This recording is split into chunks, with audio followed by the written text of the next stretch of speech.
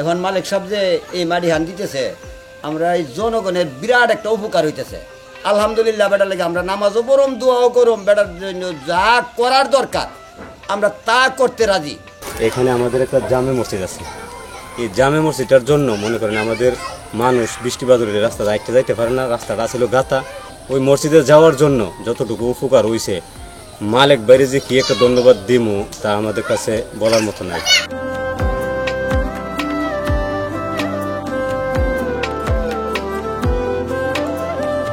আমি কাটানিশার থেকে ধরলা যে রাস্তাটা করতেছি, এই রাস্তাটা করতে আসা আবার দেখলাম যে ধরলা মধ্যপাড়া জামে মসজিদ, এটাকে উজির বাড়ি বলা হয় না, এই সারা ধরলা গ্রামের মানুষ জুম্মা নামাজ পড়ে এই রাস্তা দিয়ে আসা যাওয়া করে।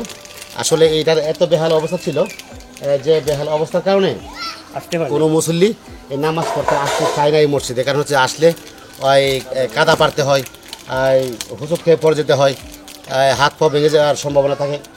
সেই সুবাদে এই মসজিদে কেউ নামাজ পড়তে আসতে চায় না, শুধু একটাই কারণটা হচ্ছে যে রাস্তাটার অবস্থা খুবই খারাপ, জামা কাপড় সঠিকভাবে পাক পবিত্র রেখে আসতে পারে না। সেই জন্যে এই রাস্তার উপর নজর দেওয়া হয়েছে। গ্রামবাসী সকলেই বলছে যে এই রাস্তার মধ্যে কিছু মাটি দেন, সেই সুবাদে এই রাস্তার মধ্যে কিছু মাটি দেওয়া হয়েছে। আপনারা দেখেন যে রাস্তাটা আসলে অনেক গুরুত্বপূর্ণ একটা রাস্তা, যে রাস্তাটা দিয়েছে এই যে মসজিদ, জামে মসজিদ। আমরা মসজিদের ভিতরে যাচ্ছি না, ওই যে মসজিদের মাইক, উপরে মসজিদের মাইক দেওয়া হয়তো দূর থেকে দেখতে পারের মতো আসলে মসজিদের মাইক। আসলে স্বাদ আছে, কিন্তু সাধ্যের একটা লিমিট আছে। আমার সাধ্য মতো আমি চালিয়ে যাচ্ছি ইনশাল্লাহ। আপনারা সবাই আমার দোয়া করবেন যাতে আমি আমার সাধ্য মতো মানুষের কল্যাণে এবং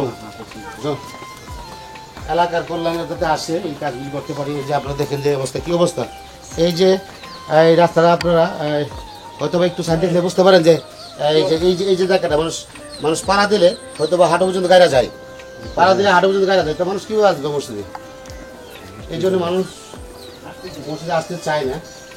তো এখন মসজিদের সুন্দরভাবে মাটিগুলি সলিং করে দিলে এবং যত্ন করলে রাস্তাটা ঠিক হয়ে যাবে, আর মানুষ এখন মসজিদে আসতে পারবে ইনশাল্লাহ, আশা করি।